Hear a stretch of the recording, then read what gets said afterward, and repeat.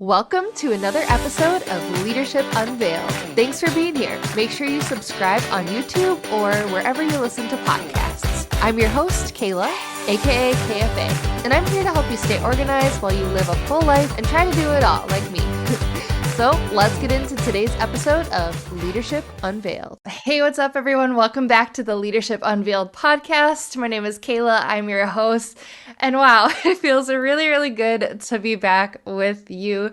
I don't know how many months it's been since I recorded a formal podcast episode, but I've taken a break to kind of like figure out how I want to up-level this and make it super high quality and produced for you because number one, you deserve it. You deserve good sound, you deserve good video and good content. And so, yeah, I've just been like figuring out how I want to do this moving forward. I have this YouTube channel. You can find it at Kayla Fahey-Ahrndt. If you're listening on any of the podcast apps, if you're on YouTube watching this, hello, thanks for already subscribing. But yeah, I have my YouTube channel and I've really just started figuring out, okay, what is my rhythm of creating videos where the pace is sustainable. And now I'm like, okay, so how do I add the podcast back into it? Because I want to acknowledge that they are different pieces of work. And some of you love to listen to this podcast as you're driving, you're in the shower, maybe you're commuting to work, maybe you're just doing some laundry or kind of doing your morning routine, whatever. Hello, if you're getting ready, hi. I hope you look fabulous, by the way. And some of you just prefer to listen and you have YouTube open and maybe you have it like open as you're going around the house or you're just watching. So yeah, I just say welcome back and they'll be on, like I said, YouTube and on the podcast apps everywhere where you listen. So that's cool. The next thing is if you are on YouTube or if you're not, maybe hop over there and take a peek, but I have my setup all cute. So I have this set up for my videos now, but I really intended it to be for also for podcasting. So I've got the aqua balloon dog. I have curated everything on the shelf. There is the astronaut pencil holder. And actually I took the pencils out recently because I was using them for like a photo shoot. I need to put them back there. They have some really cute sayings on them. Everything is figure outable. Marie Forleo, basically quote, name of her book. And then I've got colorful Post-its, the cute candle, the cute mini lectern notebook. The vibes are Kayla vibes. Like, I'm happy with this.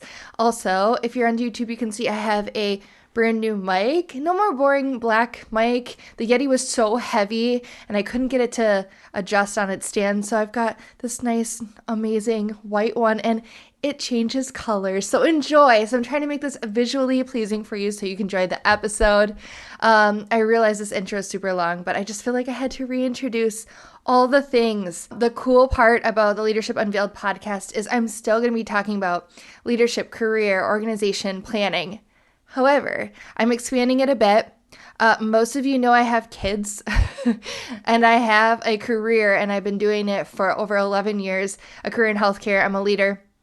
That's hard work. I am super lucky. I have a really supportive partner. So I want to share my systems for how I keep my home, my life, my outside of work organized as well, so that you can, when you look at me or when you watch my videos or listen, if you're asking yourself the question, like, how does she do it all? Which I get that question all the time. I want to show you, like, not by myself, not by myself. I have systems and maybe some of these can help you too. So that is what we're going to be talking about today. I'm going to share some tips for how you can get your home and your work life organized for the holidays and for the end of the year, because we're like wrapping up the year. And these strategies are going to help you do it with lower stress levels. I feel like the holidays are a time where things can really speed up, and I want to help you intentionally slow them down so you can enjoy that. But before we get into the episode, I did want to share sort of the new format of this podcast. So like I said, YouTube, so you can watch, and then I'll have the video podcast available wherever you listen to podcasts that does show video. So like Spotify shows the video. But if you just listen, that's fine. It'll be on your podcast app. These are going to be weekly, I believe. And I'm polling my Instagram community right now for what day of the week that these are going to post. I'm sort of thinking Friday or Monday. Those are the two winning days. So maybe I'll have to post like a static post so you can go find it. I will link it in the show notes and the description, or you can comment on this video and let me know like what day of the week works best for you. So that's kind of like the schedule of things. And these conversations are going to be less edited. So like my YouTube videos are very edited. There's a lot of jump cuts. They're quick and snappy. These are going to be less edited, although I'll probably put some B-roll in here, some other shots. I might screenshot a few things. I might cut out like the M's and the awkward pauses. But for the most part, they're supposed to be more me, like genuine, like get to know me, let's hang out, but also deliver super valuable content. So that's kind of the vibe we're going for. We're still going to do, Kayla fun and bright and excited, but we're also like, hey, what's up? Hey, what's up? I'm going to have coffee, and I hope you will join me and grab a mug of whatever beverage, maybe stay hydrated. I've got my Unstoppable mug, and I also have my huge thing of water. So, like I said, I have 2 kids, 1 on the way, so I have to stay super hydrated, and I can't have too much caffeine. Boo. But that's life. And then in terms of the structure of the episode, so we're going to have kind of like 3 different components. We're going to have the topic of the day. So like today we're going to be talking about the ways to organize yourself for the holidays and the end of the year so you can actually enjoy it. But then we're going to have 2 more segments. One segment is going to be sort of, I'm going to call it like latest in leadership or leadership lately. I'm still kind of like figuring that out. I think leadership lately has a better ring. But I've always wanted to review these like Harvard Business Review articles I get in my email, or I'll be on LinkedIn and I'll save certain graphics I like. And I just want to talk about like maybe the latest trends in career, leadership, job growth, all of that. Because, I've just always wanted to react to that stuff. And I either have had to like turn it into a full episode before, but some stuff is just quick. It's like you just want to comment and be like, that's silly. Or like, yes, this is a legitimately good tip. So that's what we're going to have. So, leadership lately. And then the third segment we've had before, but it's just a listener Q&A. So submit your career, leadership, motherhood, organization, productivity, planning, all the things we cover. Submit your questions to me weekly. You can submit them at kayla@kfaconsulting.org. That's my email. Or you can DM me at KFA Consulting on Instagram. Send me your question for a chance for me to showcase it on the podcast. And you can either just like tell me it's anonymous and you don't want your name dropped, or you can share your name and handle and I will give you a shout out and be like, go follow this person. They're amazing.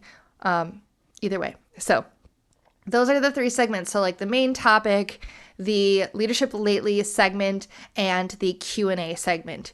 So let's get into it and take a sip of your coffee. Let's get going.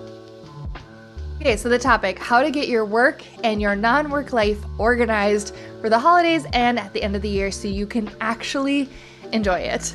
Okay, so I've talked about this before where I've even shared episodes on like there's 15 Fridays left in the year, like how do you make the most of it? And while I think that's really good for goal setting and productivity and all of that, I also want to recognize that as we approach the end of the year, I mean, I'm recording this early December, and by the time it comes out, it'll be a few days into December. Like there's not that many days left in the year. My daughter's like, oh, mommy, there's only like, X weeks till Christmas. I'm like, I know, honey, I know. Like I'm fully aware of how it's all drawing to like the end, quote unquote. And there's just not enough time to do like all the things. So there's just so much pressure with work, like finalizing goals and meeting deadlines and all of that. And with home, it's like you want to make the holidays special and enjoy them. And at the same time, like provide in a way that your family enjoys, but that you're also going to enjoy. So I've been doing a few things for the last, I would say month, probably starting in November, to help myself get organized and be like, what's truly, truly important? And how do I stay on top of those important things and then discern and say no to the rest of the stuff? Okay, but I have to share this meme that I saw on Instagram, or maybe it was like a voiced over thing. And it was like parents in the 90s. And it was like, bring your kid, like bring some candy for your kid at school to share. And if you feel like dressing them in green or red, like do that, right? So like pretty simple and optional. And then it was like parents today. It was like dress up your kid for Grinch Day, Cindy Lou Who Day. Don't forget Snowflake Day. Make sure you bring all the ingredients for gingerbread houses.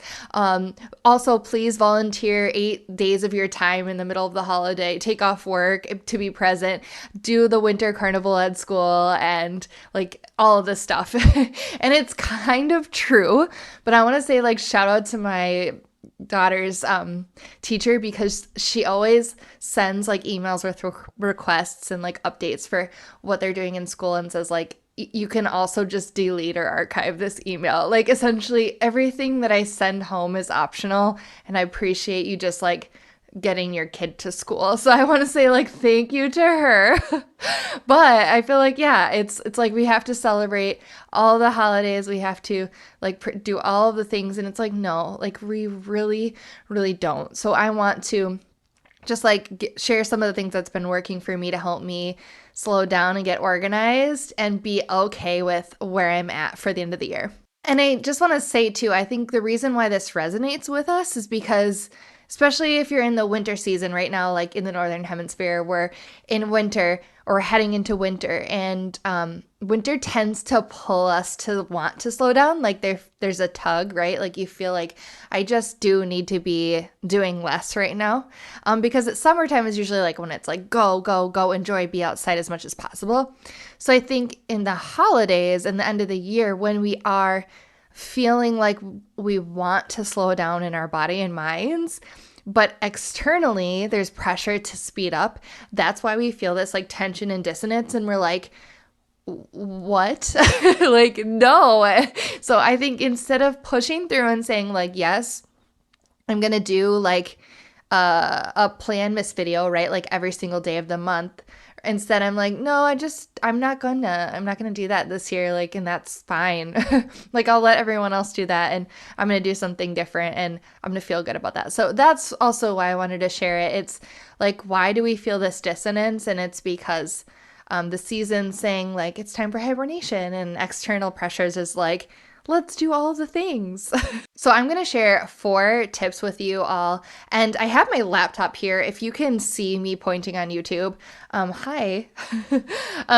My laptop is just here. So if I look over, my notes are here. That's just my new way of scripting the video, making sure I stay on topic. But if you can't see me, like you will not see me looking away, but I am. So I want to get these steps correct. So there's 4 steps. Number 1, we're going to talk about decluttering your to-do list, which is a lot of for work and for home, which helps you then declutter your mind. So it's 1 step, essentially.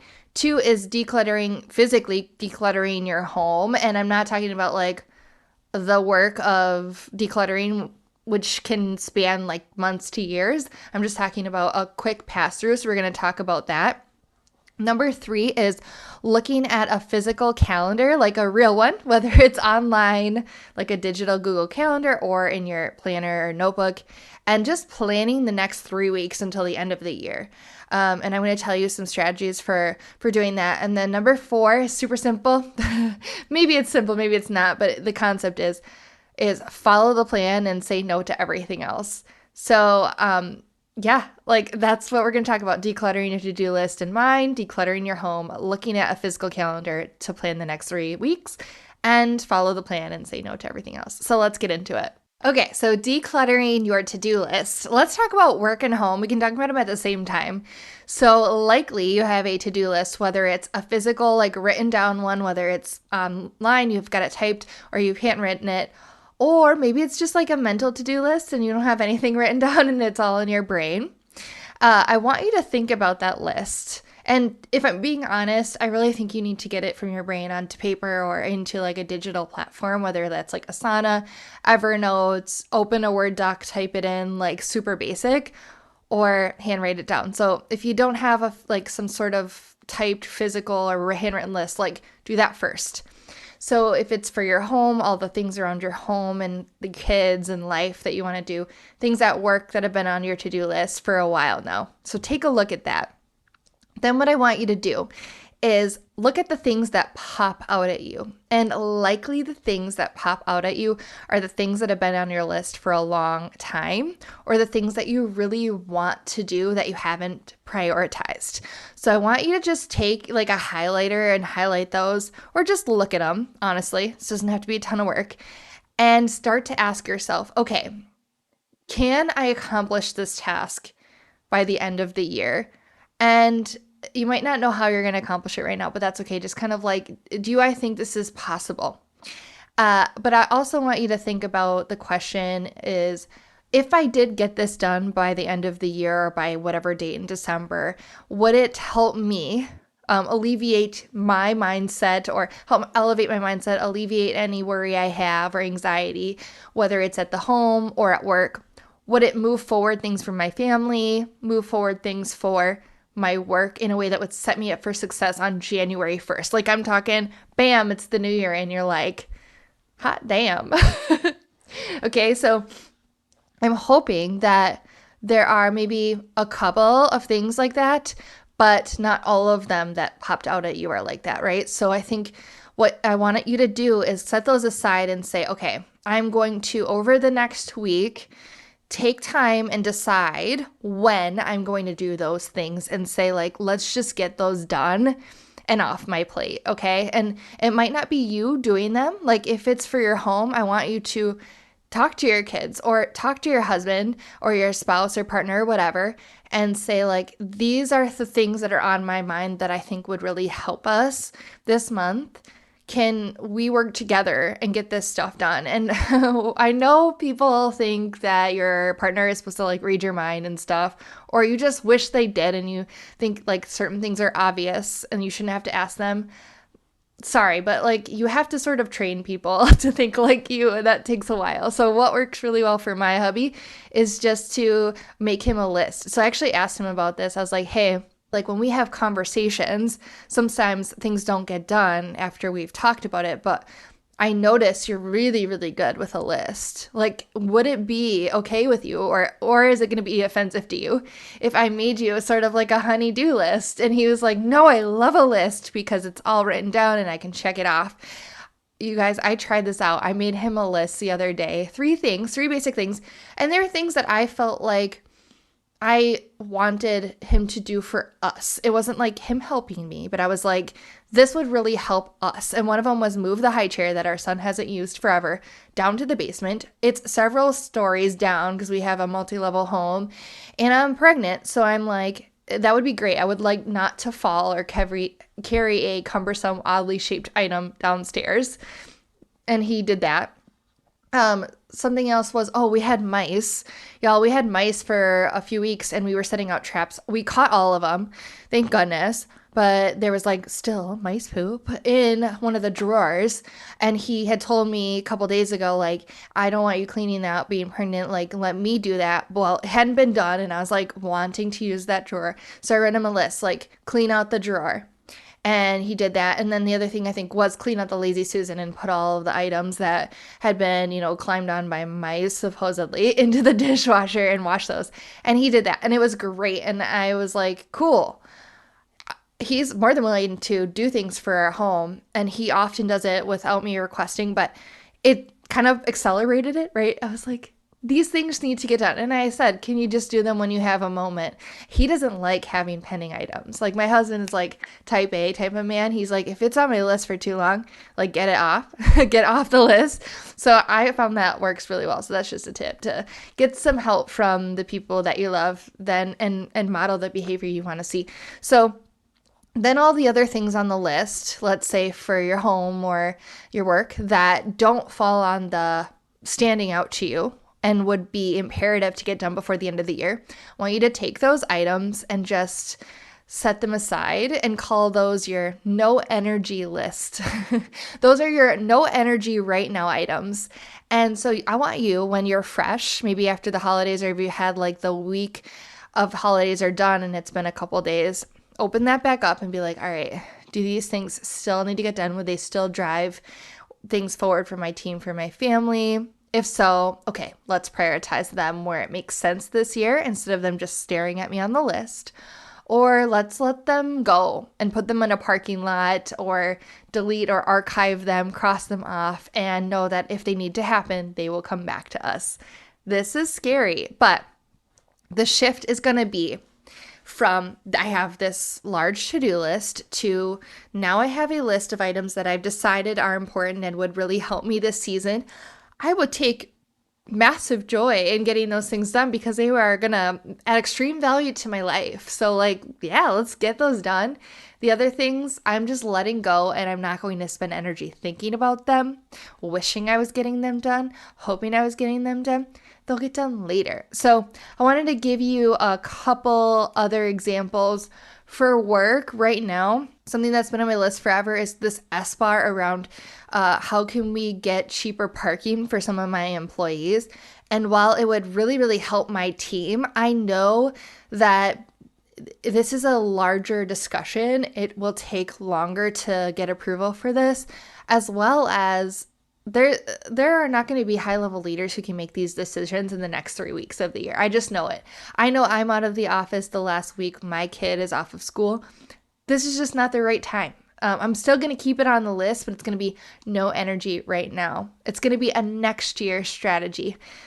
One thing that I do want to prioritize for work is working with IT on some billing things. I think these are quick fixes that have been sitting on my list for a few weeks now that I'm like, cool, I have the energy to do that right now, and I'm going to try to get these submitted so that in the next year, billing is correct or more accurate. So I'm going to schedule time ASAP at work to get these things done. For home, I've been working on getting the nursery closet flipped over for a newborn. Right now, my son, who's 2, uses it, and he kind of uses it sparingly. I only hang up a few things. I use his dresser for the rest of the stuff. So I've been slowly working on it for the last few months, but it's just kind of been on my brain, oh, you still have to finish that. And I'm like, you know what? In the next 3 weeks, that's just going to sit behind a closed door in his bedroom. That's not going to add extra value to help me this holiday season. That's for later. I'm not, if I get to it a little bit here and there, cool, but it's no energy right now. It's going to be for after the holidays. Something I did prioritize this week, actually, I think yesterday, is my closet. So I've told folks who listen to my other YouTube videos, as I'm getting more pregnant, I guess, I don't know if that's a term, bigger. I'm not any more pregnant than I was, just bigger, further along. Less and less of my clothes fit. And so it's really nice when you go in your closet and everything fits and you love everything in there. And that's something I've been working on really hard this year, to eliminate decision fatigue. So essentially I was like, okay, cool. I already did a couple first passes through early in pregnancy to be what will fit me for the next few weeks or months. And I'm hitting that stage where I noticed over the last week and a half, there were items that I was dodging because I was like, yeah, I know that doesn't fit anymore. And so that just wastes time. So yesterday I went through and I was like, you know what, this is going to help me in the morning. It's going to help me when I'm changing from work clothes into mom clothes. It's going to help me just feel confident about myself, right? As you're getting bigger, it's hard to feel confident when you don't feel you look, as hot or whatever as you thought you did before. And let me just say, I always feel beautiful when I'm pregnant, so that's fine. My hubby also thinks it's very attractive, so I'm not saying pregnant women aren't, or pregnant people aren't beautiful. They are, but you know what I mean. You just start to look different, and some days you're just blah, and you just don't want to feel like that every day when you go to pick out a piece of clothing. So I'm yeah, those shirts are going into storage, and I'll actually link it in the show notes, but I did a whole video on organization hacks for the home, and one of them was a laundry, just a clothing rack. So I took all the clothes that are out of season and also things that don't fit me for pregnancy and put them in my basement on this clothing rack. So it's I can have a whole brand new wardrobe and rotate things out seasonally with essentially a closet upstairs that I wear clothes out of daily, and then my downstairs, which is out of season or things that don't fit right now. So that's really cool. So the other thing that helped me do that easily was be oh, there is a real life spot in my home for these items that I can just move them to instead of avoiding it because I'm what am I going to do with this stuff? So that really helped. So I was excited about that. So that is the first thing. Declutter your to-do list and declutters your mind because you're like, okay, these should get done. I'm going to try. I'm going to attempt. No shade if I don't get them done, but if I do, like bonus. And then the other things can wait and I'm not thinking about them anymore. So I'm clearing my mind. Sort of like a bonus or like a 1A if I were to give you like different steps. 1A would be also thinking about like what daily or weekly routines are you doing around getting some of these to-do lists done, or things that could help you with your to-do list. So like I always love to think of like how can I automate as much as possible, because there's only one of me and I can't be everywhere at once, right? Like my kid's like, I want French toast sticks from Walmart, but I also want like my favorite blueberry applesauce from Target. And I'm like, those are on like the opposite ends of my city. Like, you know, how can I do that? Because I do want French toast in the morning because that's going to make my life easy, right? So I always think of things like automating by ordering my groceries or doing grocery pickup, super simple, right? Or like I upgraded my vacuum. And y'all, like I said, I did a YouTube video on how I organize and have like easier products to keep my home clean. And I went home for Thanksgiving and my sister showed me her Tinco vacuum, I think it's called. I'll forget. I'll link it. And it's a wet dry vac. So essentially what it does is it sweeps and mops and it can clean up dry and wet messes. Oh my gosh. I had struggled so much with keeping my floors clean and like feeling so defeated that they would be like totally messy within a day. And it's not like I'm a neat freak, because I'm really not. Like, I like things to be clean and fresh, but I'm not like someone who needs it like super tidy all the time. Like, I can deal with a lived-in home. But I was just feeling so defeated. After she showed me hers at Thanksgiving, I just straight up went and bought that vacuum.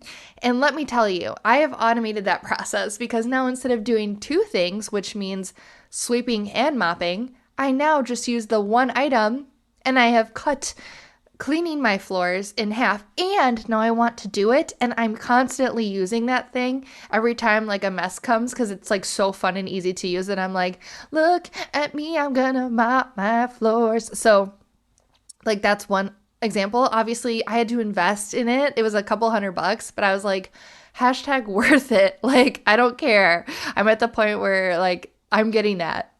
And then the other thing I've done, which is new, I haven't done a video on this, but I think I might, is creating a snacks bin that just straight up lives in my car. Because when I pick my kids up from daycare, they literally, well, my son, he's 2, he's still working on his language. He's doing very well, but he'll just say, snack, mama, snack, snack, snack, milk, milk, mama, milk, until we get to my daughter's school. And I'm like, oh my God, I'm going to pull my hair out. Like, I'm sweating because you are like interrogating me for snacks. I don't always have snacks.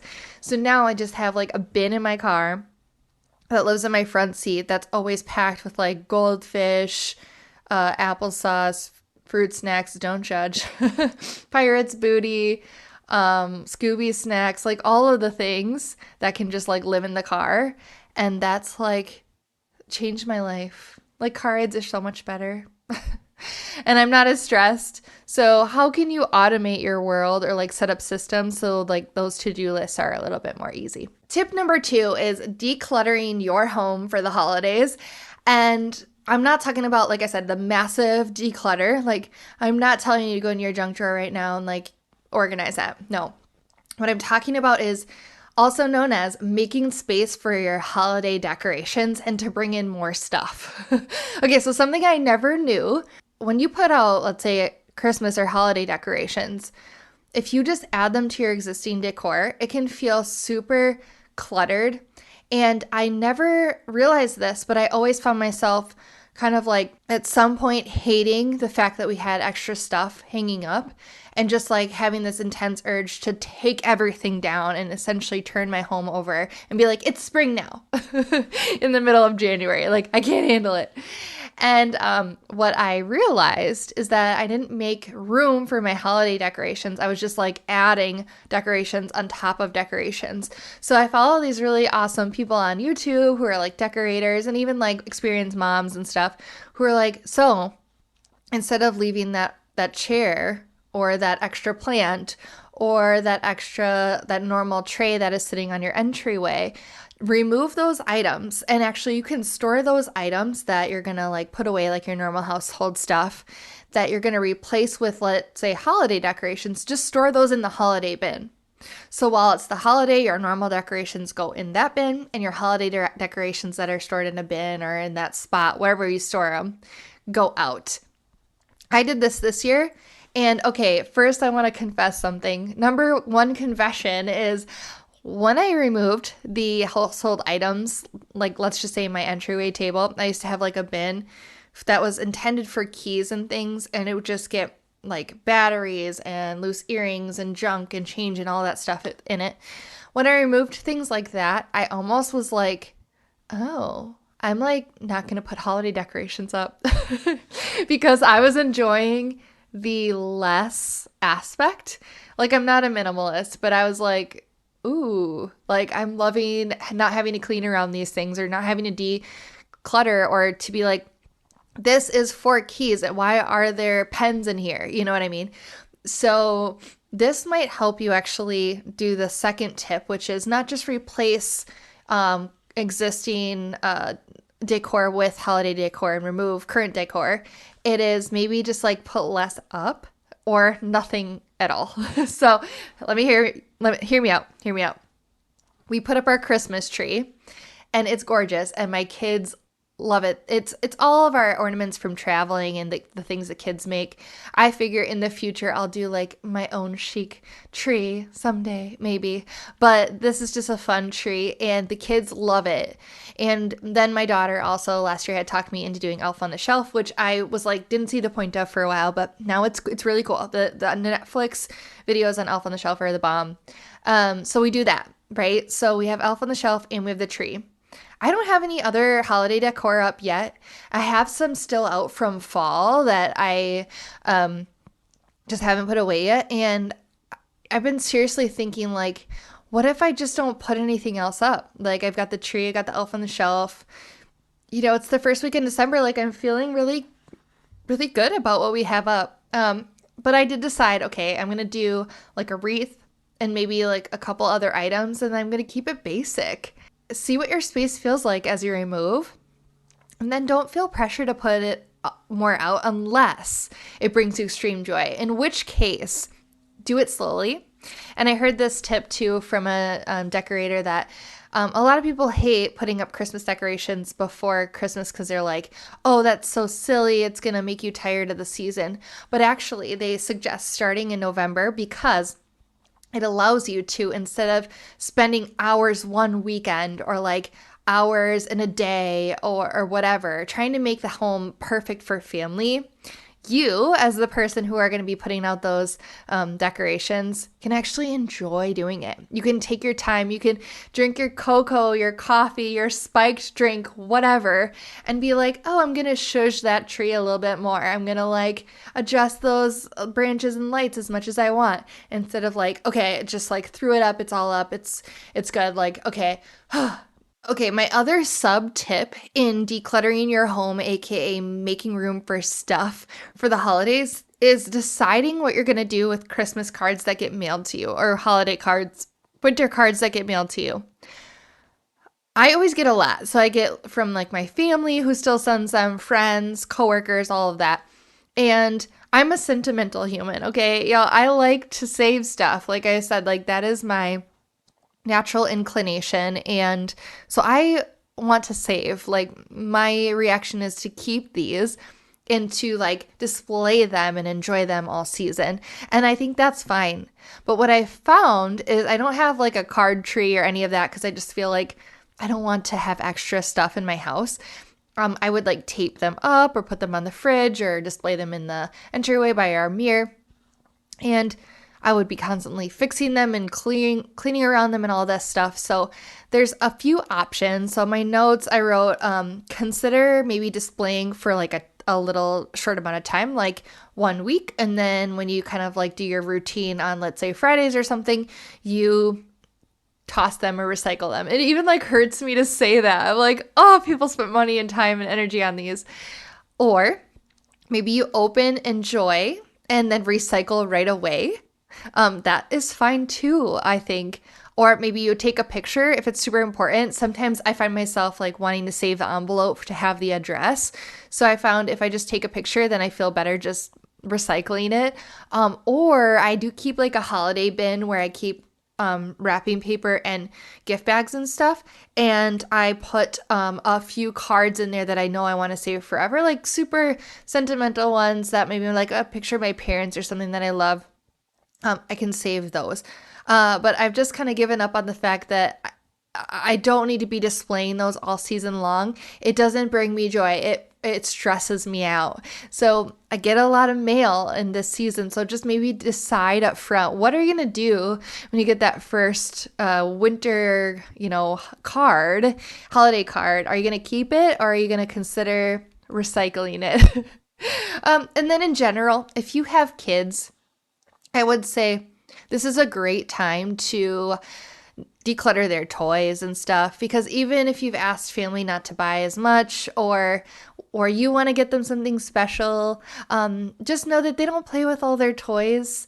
And so this is a good time to kind of notice what they play with most, take the things that they're maybe not focusing on and put those in a little bin and maybe put them down in your basement or something and see if they actually ask for them. And if they don't, you might consider donating them if they're in good shape, or if they're kind of in not so great shape, just tossing those, put those in the trash, get rid of it. I used to feel bad about this, but I don't, because guess what? I'm the one managing all this stuff. So if you think about their toys as inventory and specific stuff you have to manage, real quick, you're like, oh, I don't enjoy toys with little pieces that end up all over the house. If I find a little piece of something throughout the home, I'm like, ooh, that's an excuse for me to get rid of this toy. Because I know they're not missing it if I find pieces all over the home and we're normally playing in the living room. So I just want to give you permission to do that. And just know they get new things, their interest changes, they're going to want to play with the new stuff. It's okay to kind of put away the old, because otherwise you're just like adding to adding to adding, and it just becomes too much. And there's so much science out there that says that our kids actually play better in a less cluttered space. And I've experienced that myself. I think when the play area is clean, there's a specific home for everything. Maybe one, like I have these IKEA, not IKEA, I think I got them at Target. They're just like the cube shelves, you know what I mean? And I used to put like bins in there with different toys. I still do that. But I used to say like, okay, this is for farm toys and let's say like Tea Party or whatever. And now I'm just like, no, like only Tea Party stuff, like one shelf for one thing, or like one tractor fits in there. I used to think like, oh, I feel bad. Like my mom and grandma and so gifted a tractor and I want to put them all out. But guess what? He doesn't play with all three of them. Just put one. So this is just like your permission to sort of like declutter before the holidays, like slowly. And you're going to feel better when new stuff comes in because you're like, okay, like this isn't too much. So that is my second tip for decluttering your home, aka making more room for stuff, is just like kids' toys, weed through them right now. Consider less holiday decor than normal if that suits your fancy, or at least put away your current decor before you put out new decor. And consider a plan for your holiday cards before they start coming into your home and you get all attached and nostalgic to them like me. All right, we are at the point in the episode where we're going to cut to a listener question. And because I just started this back up, I didn't have anything like recently submitted. However, I've been keeping my ears open at work for questions that are common. And I just got this question, like, how do you compartmentalize being a parent and then your work? And the question I think really was around boundaries. Like, how do I set boundaries, maintain them, decide what they are? And I just want to say, if you've ever listened to this podcast, if you've been an OG member and around since 2018, I'm pretty sure I've always said that we are whole humans and we bring our whole self to work. So I actually think being a parent makes you better professional. Not saying that people without kids are not better or not good. I'm just saying that you elevate yourself, I think, when you become a parent, because you have so many other skills you never had, like empathy. And again, I'm not saying you don't have empathy if you don't have kids, but you have a greater appreciation for patience and struggles and juggling and all the things that you have to do when you're a parent. So I wouldn't try to compartmentalize myself, honestly. I like to be like, you know what? There's a mom hack for that, and like bring that to work. So I just want to say, like, don't be two separate people. However, it's a good thing to set boundaries that help you do your job better, whether that's at home or at work. For example, I will often make sure that my phone is around so that I can get notifications from daycare if I need to pick up my kid if they're sick, but I might not have my phone right next to me. So I actually have this Apple Watch, right? Not sponsored by Apple. You can actually get like a $35 watch like this on Amazon that does the same thing, but have it connected to your phone so that you get text messages and emails on your phone. You might not be able to respond from all of those watches, but instead of me like checking constantly if my kid's okay, if I have my watch on, I know that I will get a notification if they're not, and I can just look, right? So like that is just one example of how I can put my phone over somewhere else so I'm not distracted by it, still get the messages I need so I can focus on work when I'm working and not worried about my kid. So think about things like that can help you do what you need to do, but still like be available. Also, transitions are really important. So someone mentioned like, I'll be on like Teams messages and like huddles while I'm getting my kids ready for school and all that stuff. And I can relate, like when I take my kids in the morning, I only do 2 days in the morning drop off. I do 4 days a week pickup. My husband does 1 day a week pickup and 3 days in the morning. And it just works out well. So some days I can start early or like earlier than I normally would. And then other days I just start later. But for a while, I would try to like be on Teams and like all the huddles and stuff in those early mornings where I was in charge of getting the kids to school. And that stressed me out so bad because as a Enneagram 3 human, I want to achieve in all areas, right? I want to be winning all the time. So if I'm spread too thin, I don't feel like I'm doing anything good. So I saw this quote once. It was about like either when you're with your kids, you're either resting, productive, or like fully present or something. Essentially, you can't like be productive and create a YouTube video and be fully present for your kids. It's just not possible. So I would recommend, if you can, not multitasking and just committing to one or the other. So for me, on Mondays and Fridays, I will call into those huddles to make sure I have the information. However, I do not feel pressure to be an email or any of that until I drop them off and I start my day. And I actually work later on those 2 days because I wouldn't say I'm starting later because I'm like plugged in, but I don't have as much time sitting in front of the computer earlier. So I make up for that. I make sure I get my full 8 hours in. And for me, that works because I can have flexibility in those hours. So if you can do that, I would recommend like fully dedicating yourself to your kids, getting what you need. If you miss that huddle one day, oops, okay, fine, whatever, you'll figure that out. And then be fully committed when you're working. The other thing I would say is transitions in terms of like start and end time. So when I'm doing the kid drop off, I don't really like get myself ready until I'm home. So I often show up like in Crocs, like my new Crocs.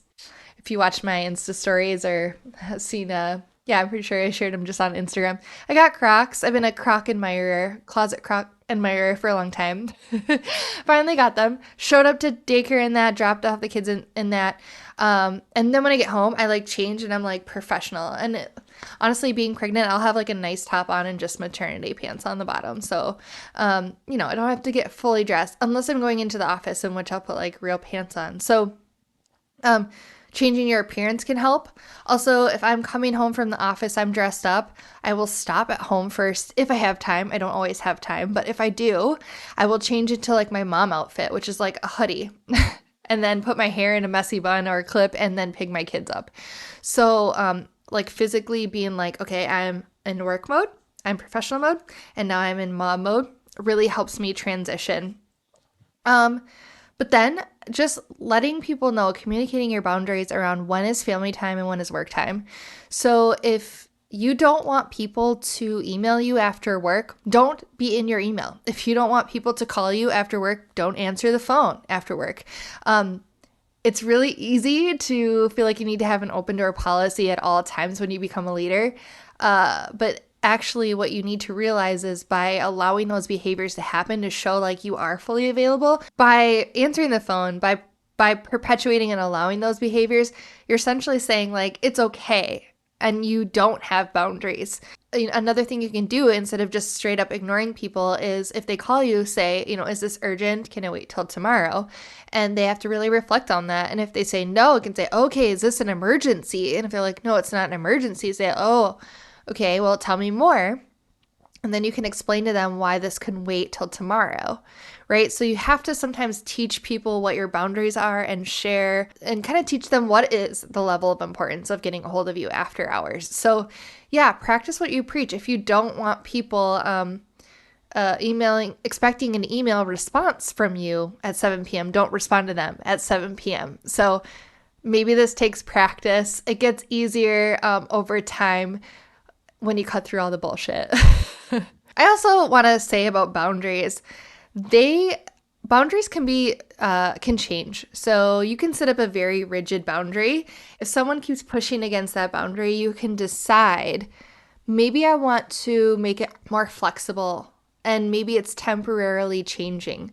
So I've shared this before on the podcast, but when we've had really big computer go lives and things like that, I've made myself way more available pretty much 24/7 during those go lives. I would never do that just as a normal standard.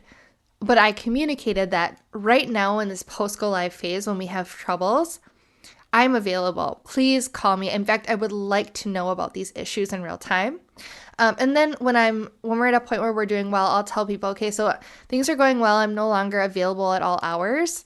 Of course, for emergencies, please contact me. Otherwise, I will be looking into incidents and things like that the next day, right? So it's a matter of communicating, changing, trying something out. If it feels uncomfortable for you, you can always change it. Just know that if you keep bumping up against a boundary with someone, maybe they don't know what that boundary is and you need to articulate it for them. Everybody has a different capacity for what they're cool with. I don't mind getting a text message here and there, but it's not the best way to reach me for work, especially without getting cell service in all the offices I'm at. So Teams would be preferred. So I tell my people when I onboard new leaders and stuff, I'm most available on Teams. I'll get that anywhere. I may or may not have cell service to get a text, right? So just kind of learning these things about yourself, making notes. And when you notice that you feel like, let's say, triggered or frustrated, notice that and then ask yourself, why do I feel that way? And then start to break that down and be like, oh, here's what I'm uncomfortable with. Or here's the power play dynamic that's going on that I wasn't aware of. Or here's why I don't appreciate that. And then think, is that a me issue that I need to work through? Or is that a real thing that I need to articulate to a person to say, like, I'm uncomfortable with this. This is what I prefer as my boundary. You can make boundaries and boundary setting super complex if you want to, but you can also use the simple method, which is like, try something and change it when it feels like it needs changing. And just take notice. Am I getting more energy from this boundary or is it causing me more stress? And if you're more stressed about it, chances are it's not the right boundary quite yet. So I hope that helps. If you want me to do a whole episode on boundaries, please let me know. Send me an email at kayla@kfaconsulting.org or DM me on Instagram at kfaconsulting. I could probably do a whole episode on boundaries. It's very structured. Okay, here is our third and final real tip. There's the fourth tip of following your plan. I'm going to give you tips for that. But the third one is looking at a real calendar, whether it's like your Google Calendar or paper one. And the reason I want you to look at a real one is because I want you to see like the weeks with the dates in them. And I want you to know which days are weekends. And I want you to physically see like there are 3 weeks until Christmas, etc. So I want you to be able to see that. And I want you to think of things you already have planned, right? So my hubby wanted to do like Disney on Ice for the kids, which was cool. That was a last minute addition to this weekend. I'm excited about it. I'm like, oh, I wanted to do that for so long and I never thought about it. So that's happening. My daughter turned in like so many reading minutes, so she got a prize to go to Color Me Mine. So she asked me the other day, like, Mama, when are we going to go to Color Me Mine? I was like, oh, I totally forgot about that. Let me just like quick make a reservation. So I scheduled that. So that is on our list. But then other things, like things that we do all the time. My husband's training for a triathlon. He's been doing that the last like 2 years. I'm super proud of him. He's training for a longer distance one in September for next year. And so like he's very regimented. Every Saturday morning he goes for swims and runs. I get my Kayla time to run this business and all of that on Sundays.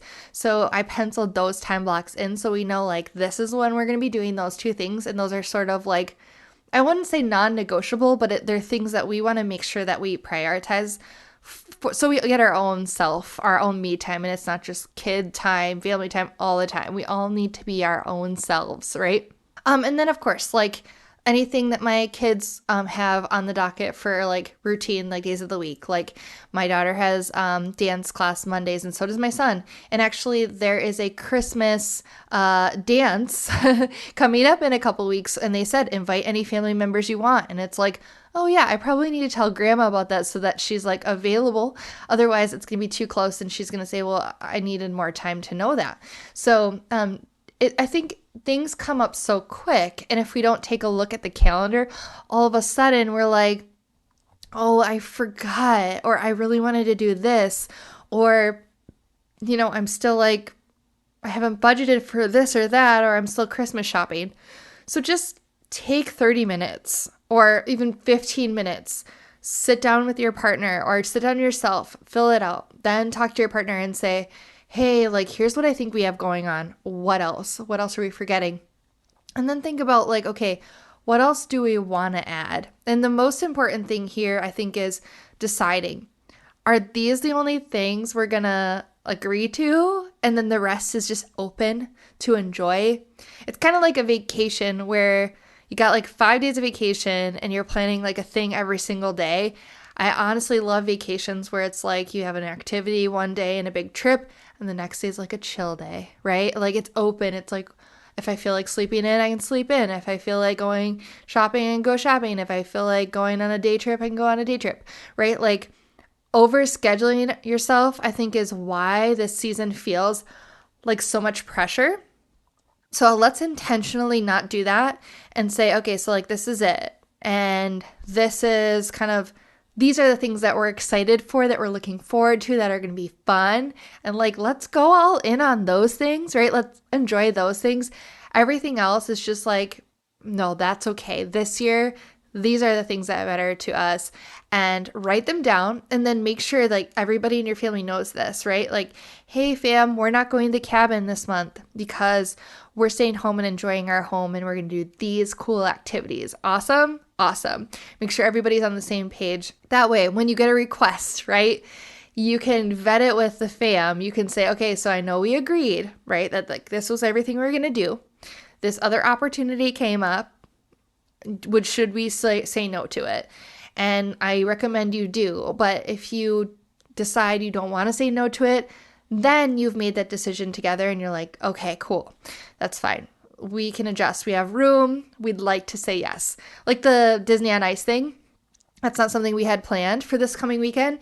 My husband asked me about it and I was like, you know what? We're not traveling this month. I think we can do it. Let's do it. It'll be fun. So that's just one example of how you can just be flexible with your month without adding additional stress. Now, if I had a holiday party on that day already, I probably would have said, okay, I've got to choose. Should we do Disney on Ice or the holiday party? What have I already committed to? And then I'm just not going to be like, yeah, I'm going to do 5 things that day. I'm just going to do one thing. I don't want to overbook myself. So that is tip number 3. Look at a physical calendar, write down all your things you've already committed to, and decide what else you're going to add and then what you're intentionally not going to add, and leave some space to breathe. Okay, last tip, number 4, is follow the plan and say no to everything else. So easier said than done, because I know that the holidays feel, and the end of the year just feels like a lot of pressure. It's like you don't want to miss out, right? You want to enjoy, you want to do things. So like I kind of mentioned this in tip number 3, but sit down with your partner, your family, your kids, if they're old enough, get their feedback on that plan and then agree to stick to it. Or if an opportunity comes, say, let's bring it to the group and decide. Vet opportunities and ideas as they come, right? Like that is the biggest, I think, filter you can use is like that family filter. If you notice you have a need for a routine during this time, like, oh, I really need to stay on top of, let's say, laundry or something, because it's like really messing with my ability to focus on whatever, just do it. Tell yourself, okay, I'm going to make a commitment to work on this habit for the next 7 days. I'm going to set a timer and I'm just going to commit to that routine, whatever that is. Future self will thank you for it. Don't identify that you have a need for something and then not do it and then be like stressing that you wish you had done it, if that makes sense. Sorry, I feel like that's a lot of like negative words, but just pull the trigger on the things that you know are going to make your life easy right now, instead of resisting those and feeling like you have to plan and do those perfectly. And then again, asking that question, how can I automate this? Is there a tool for this that can make my life easier, quicker, faster, more efficient, like grocery pickup, like an excellent mop? Like, what are items that would just make things feel amazingly easy? The mop totally was an eye-opener for me, because I used to wash like by hands and knees, like with a rag out of a bucket for the longest time. Then I used a Swiffer and it wasn't working. I didn't realize like the hype around these amazing mop vacuum things. Like I just thought, okay, that person's kind of lazy. And now I'm like, no, this tool will help your home last longer and be cleaner and give you more like mental health. Like, just do that.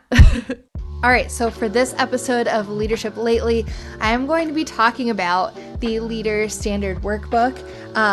Since it's a new segment and I don't have like an article to review, I thought I'd share something that's new for me. So I have made the Leader Standard Workbook, or this method, a formal notebook since 2021. I think was my first version. So I had like Leader Standard Work template, then I had a whole workbook digital, and then last year I did a physical workbook using like disc bound.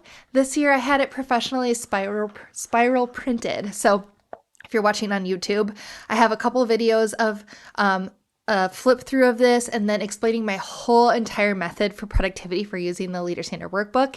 If you're on the podcast and just listening, no prob. I have everything linked in the blog post associated with this episode, but I'm super pumped. Through December 10th, we have pre-order sale going on. And then after that, it will go to normal price. I will be placing a pre-order order this coming weekend, probably on the 10th, so that things are ready to ship by early the next week. If you want to snag this at the sale price, I think this episode should be out before that. So check it out. But yeah, I have a flip through on my website. You can check it out. It's got a typical monthly plan, typical weekly plan to kind of do what we talked about in this episode, which is look at a calendar and be like, what normally happens? What are some recurring items that happen throughout this month or week that we have to plan for at work and life? And then it has 3 monthly sections, so 3 monthly calendars where you can fill out like the actual things that are going to happen. You can include things like birthdays and if you're out of town and all of that. So you can really merge your work and home life to the extent that you want to in here. I do not keep my work and home plans together besides like obligations I have immediately around work, right? So if I need to pick my kids up at 4 o'clock and I know I have a hard stop, I will put that here so I'm not working on like Mondays. And then it's like 4:30. I'm like, oh crap, I forgot to pick up my kids. Like, no, I need to know that. So that's kind of stuff what I include in here. It's got weekly Leader Standard Work pages. It has a weekly spread with individual days so you can plan out time blocks for morning, midday, midday, afternoon, daily intention, leave happy tasks, which is how I manage my to-do list, as well as to thank or recognize. So you can make sure that you show gratitude for your coworkers. One of my favorite things in this notebook is the I love lists page. You can see I already spilled coffee on this. But that's where I compile to-dos from email, from meetings, all that stuff. And then I move them over to leave happy tasks by prioritizing them in the day that makes sense. There's 5 note pages per week. So one for each day of the work week, as well as a yearly roadmap. So you can map out your projects that happen throughout the year. So you can level load your year, high level know what's going on. So this is the new version for 2024. It's 3-month planner, our Leader Standard Workbook. Available at the pre-order price. I'm super happy with the quality. It's got a vinyl black cover, a clear front cover to protect it. It's printed on premium printer paper, and I cannot wait to keep sharing about this. I'll be sharing how to use this on my Instagram, so make sure you're following me over there. And I'll be creating some short form videos showing like how to fill it out and how each page is helpful. So that is Leadership Lately. Go ahead and check it out. Make sure you snag your copy as soon as possible so you can kick it off. And it's undated, so you can start this anytime. So do not delay. You do not have to wait till January 1st to start like thinking about January. In fact, right now is a perfect time to think about next year, right? Like we talked about, what do we need to get done this year? Absolutely would add value and make lives easier. And then what can wait until the first of the year? All right, so today I hope those tips were super helpful for you. We talked about decluttering your to-do list and your mind, decluttering your home, essentially making room for more stuff, and then looking at a physical calendar and planning out the next 3 weeks. And then number 4 was following your plan and saying no to everything else, or at least discerning opportunities as they come in alignment with your family and the goals you have set for the next 3 weeks to reduce your stress levels, to stay organized throughout the holidays and at the end of the year. So if you listen to the end of this episode, like, thank you so much for being here. Like I said, this is the first one back with a newish format. It's going to be a little bit more edited, but still really casual, really Kayla. And I'm just going to be learning and trying to get the hang of this. And again, you can pop over to Instagram or send me an email and let me know, like, what day of the week works best. Is Friday going to work for y'all? Or is it going to be Mondays? I want to make it so that it works for you, so you can listen in the shower, going for a walk, make it part of your routine. So thank you so much for being here, and I will see you in the next episode. Take care. Bye. Thanks for being here for another episode of Leadership Unveiled. Don't forget to subscribe and leave a comment or a review. See you next time.